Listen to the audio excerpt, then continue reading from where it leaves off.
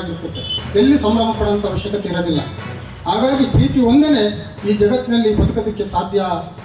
ಅದರಿಂದಲೇ ಈ ಮಾನವ ಸಂಕುಲ ಬದುಕೋದಕ್ಕೆ ಸಾಧ್ಯ ಅಂತಕ್ಕಂಥ ಮಹಾನ್ ಸಂದೇಶವನ್ನ ಭಗವಾನ್ ಬುದ್ಧರು ನೀಡಿದರು. ಅದಕ್ಕಾಗಿಯೇ ಬಹಳ ಪ್ರಪಂಚದಲ್ಲಿ ಅತ್ಯಂತ ಪಾಂಡಿತ್ಯವನ್ನು ಹೊಂದಿದ್ದಂಥ ಬಾಬಾ ಸಾಹೇಬ್ ಅಂಬೇಡ್ಕರ್ ಅವರು ಕೂಡ ಬುದ್ಧನೇ ನನ್ನ ಗುರು, ನನ್ನ ಬದುಕಿನ ನನ್ನ ಜೀವಿಕೆಯ ಎಲ್ಲ ಮೂಲವೂ ಕೂಡ ಬುದ್ಧನೇ ಅಂತ ಹೇಳಿದ್ದು ಕೂಡ ಅದಕ್ಕಾಗಿಯೇ.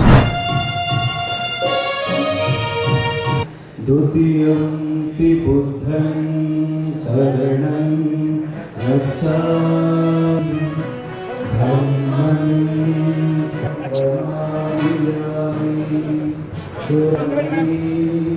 ಸಿದ್ಧಾಪದಂ ಸಮಾಧಿಯಾಮಿ.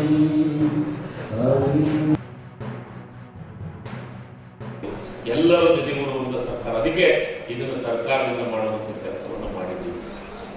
ಬಹಳಷ್ಟು ಜನರಿಗೆ ಕೆಲವಷ್ಟು ಜನರು ಮತ್ತೆ ವಿಚಾರವನ್ನು ಪ್ರಸ್ತಾಪ ಮಾಡಿದ್ರು. ನಮ್ಮಿಂದ ಸತ್ಯ ಎಲ್ಲ ನಿಮ್ಮೆಲ್ಲ ಅಭಿಪ್ರಾಯವನ್ನು ಪಡೆದೇ ಈ ಜಯಂತಿಯನ್ನು ಮಾಡೋಕ್ಕೆ ನಿರ್ಧಾರವನ್ನು ಮಾಡಿದ್ರು.